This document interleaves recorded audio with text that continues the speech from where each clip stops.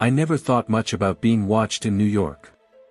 You expect crowded streets, loud subways, people everywhere, but not the feeling that someone might be tracking your every step. That changed the day I noticed how certain places in the city felt different, almost like they were paying attention to me. It wasn't paranoia, it was a quiet awareness that grew stronger each time I visited these spots. The cameras, the strange movements, the subtle shifts in the air, you don't notice them until you finally do. And once you do, you can't unsee it. If you enjoy stories like this, make sure to subscribe so you never miss the next one. 1. Bryant Park, Manhattan, New York, Park. I didn't plan to stay long at Bryant Park that evening. I had finished work late and didn't feel like going straight home, so I walked into the park just to sit for a few minutes.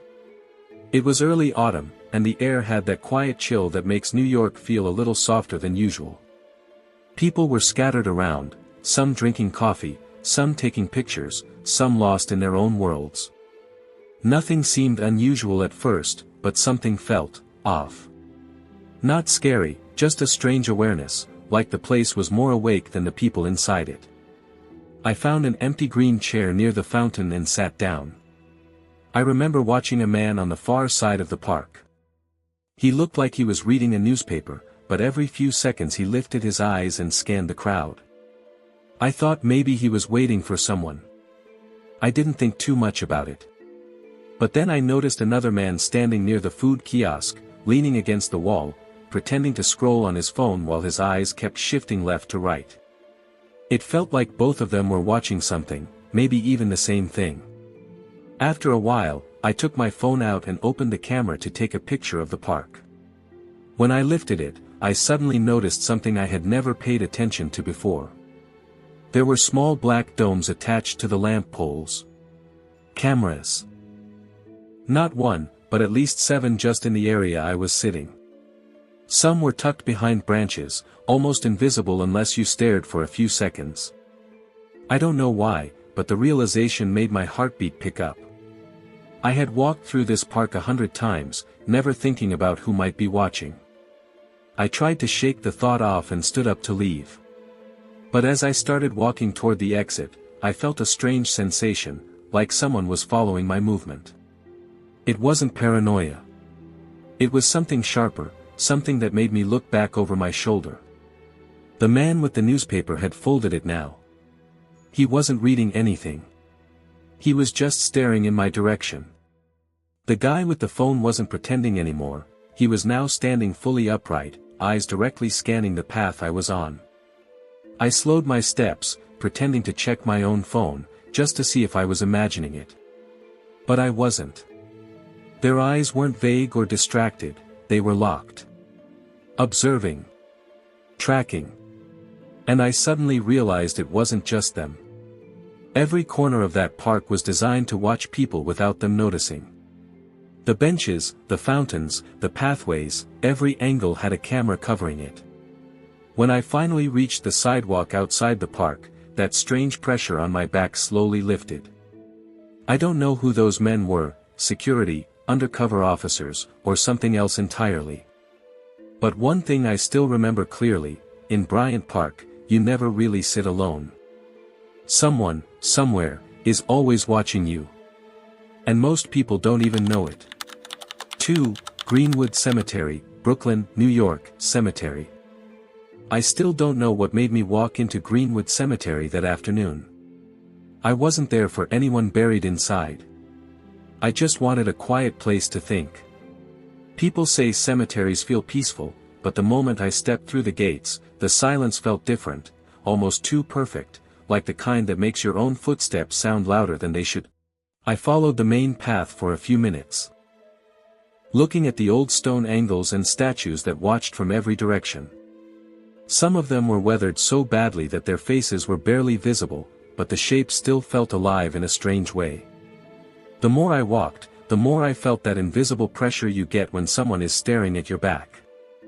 I tried to brush it off, telling myself I was just overthinking. But the feeling didn't go away. At one point, I stopped near a large mausoleum. The door was sealed, but it gave off a coldness that made me step back without even realizing it. That's when I noticed a small camera tucked in the corner of a tree, almost hidden between branches. I never knew cemeteries had surveillance. It felt odd. Why watch a place like this? It's not like people come here to do anything suspicious. Or maybe they do, and I just never thought about it. As I continued walking, I saw another camera near a pathway light. Then another one near a bench. The design was clever. If you didn't look closely, you wouldn't see them at all. It felt strange knowing that even in a place meant for the dead, the living were being monitored. For a moment, I wondered if the cameras were really for security, or for something else. A few minutes later, I heard faint footsteps behind me. Slow. Consistent. Not too close, but close enough to make my heart speed up. I didn't turn around immediately. Instead, I kept walking, hoping the sound would fade. But it didn't. It matched my pace. When I finally looked back, I saw a man dressed in dark clothes standing a few graves behind. He wasn't visiting anyone. He wasn't carrying flowers. He was just standing still, staring at me like he was trying to read something in my face. I looked away quickly and walked faster, but every now and then I could feel his eyes on me again. It was the same feeling as the cameras, silent, cold, intentional. I don't know if he worked for the cemetery, or if he was just another visitor, but the way he watched didn't feel normal. When I finally reached the exit gate, I let out a breath I didn't realize I'd been holding. I glanced back, and the man was gone, but the cameras, they were still there. Hidden. Waiting. Observing whoever walked inside. That day I learned something I never expected. Even in a cemetery, where everything looks still and forgotten, someone is always watching. And sometimes, you feel it long before you see it. 3. Times Square, Manhattan, New York, public area. I've walked through Times Square so many times that I thought nothing about it could ever surprise me. But the night this happened, I understood the place in a way I never had before. I was passing through after meeting a friend, just taking the long way home because I wanted to enjoy the lights for a moment. People were everywhere, as always, tourists taking pictures, vendors shouting, performers trying to grab attention. It felt normal, loud, and alive. But underneath all that noise, something else was happening, something I didn't notice until it was too late to ignore. I stopped near one of the giant screens to tie my shoelace. When I stood up, I saw a group of officers on the other side of the street. They weren't talking to anyone. They weren't even moving much. They were just staring out at the crowd, scanning faces slowly like they were looking for someone specific. At first, I thought it was nothing unusual. Times Square always has police around. But the way they were watching felt different. Their eyes didn't drift. They focused. As I walked forward, I started noticing things I had never paid attention to before. Every block had towers with dark tinted glass.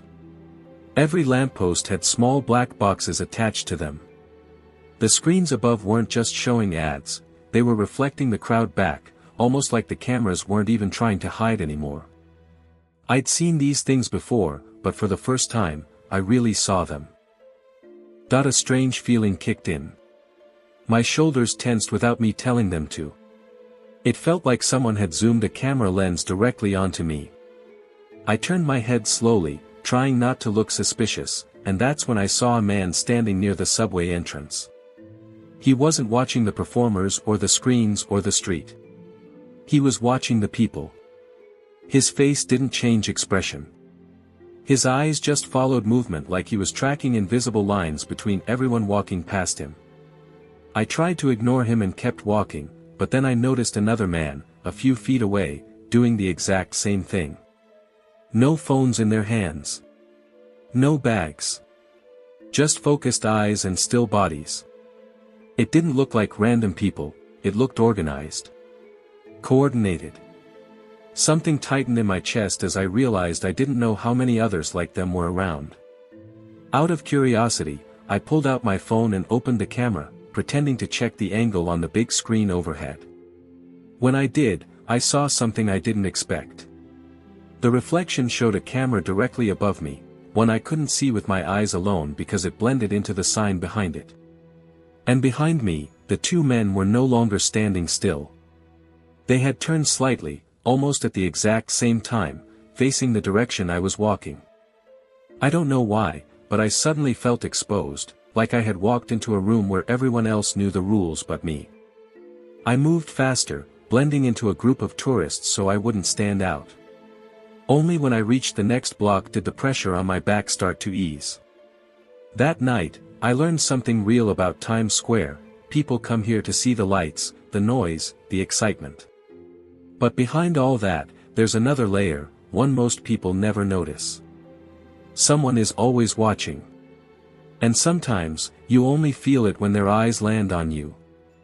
4. The Campbell Bar, Grand Central Terminal, Manhattan, New York, Bar. I didn't even plan to go inside the Campbell Bar that evening.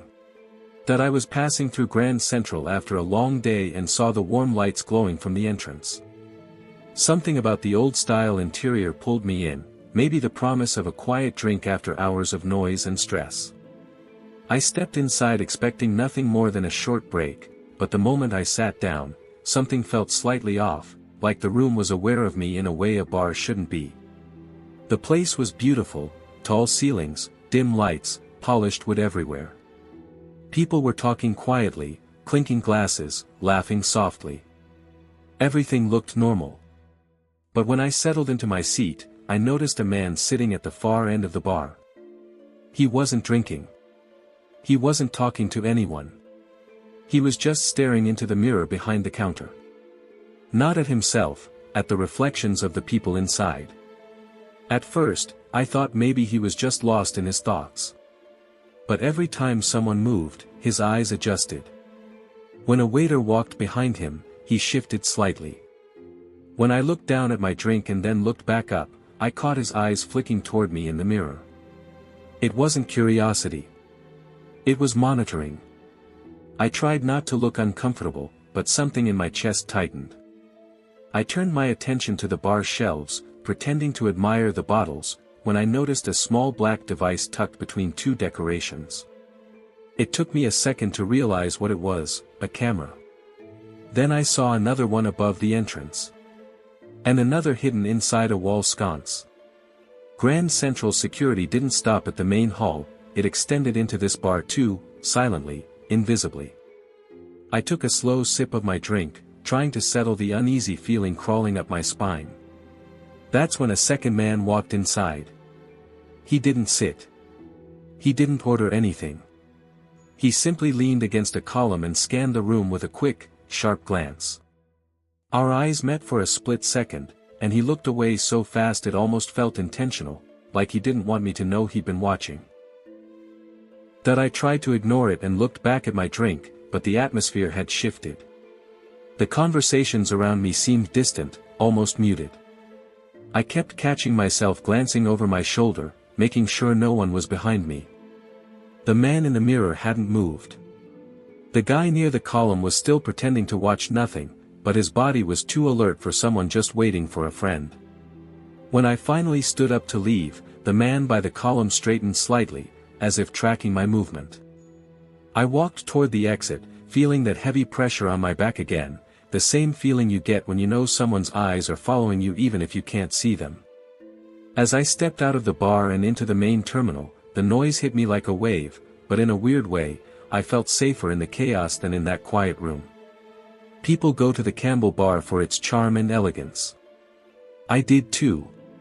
But I left with a strange understanding, some places aren't just beautiful. They're observant. And sometimes, the ones watching are standing closer than you think. 5. Prospect Park, Brooklyn, New York, Park plus hidden patrols. I didn't plan to be in Prospect Park that evening. I had just finished a long day at work and wanted to walk somewhere quiet, away from the chaos of the city streets. The sun was setting, casting long shadows across the paths. I could hear the rustling of leaves and the occasional bark of a dog, but the park felt unusually still. It wasn't empty, yet it felt like no one was really here, like the place had eyes I couldn't see. As I walked deeper, I noticed the cameras first. They weren't obvious at first, small black domes tucked into lamp posts and hidden among tree branches. At first, I laughed quietly to myself, thinking, of course, Brooklyn is always watching. But the more I looked, the more I realized I had never noticed them before. It wasn't just a few cameras, it felt like every corner, every path, every bench had at least one lens trained on it. That I sat down on a bench near the pond, just to catch my breath.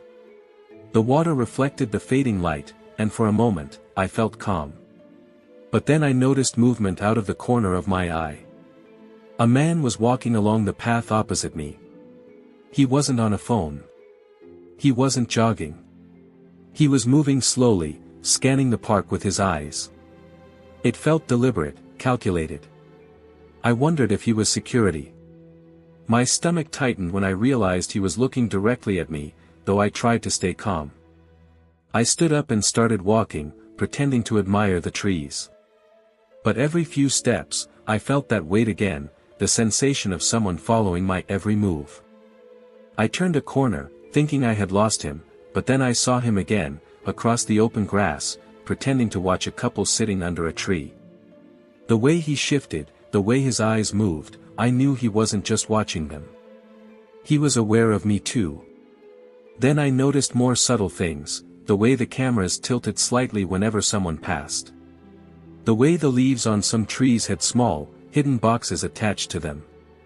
Even from where I stood, I could see them, barely noticeable unless you were paying attention. A shiver went down my spine. The park, which I had always thought of as peaceful, was quietly tracking everything I did. I walked faster, my heart pounding, trying not to make it obvious.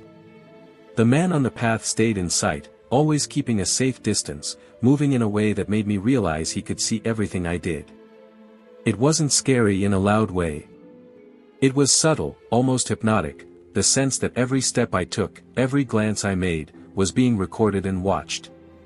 When I finally reached the edge of the park, I let out a breath I didn't know I had been holding.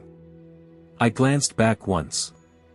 The man was gone, but the cameras, they were still there, silent, observing.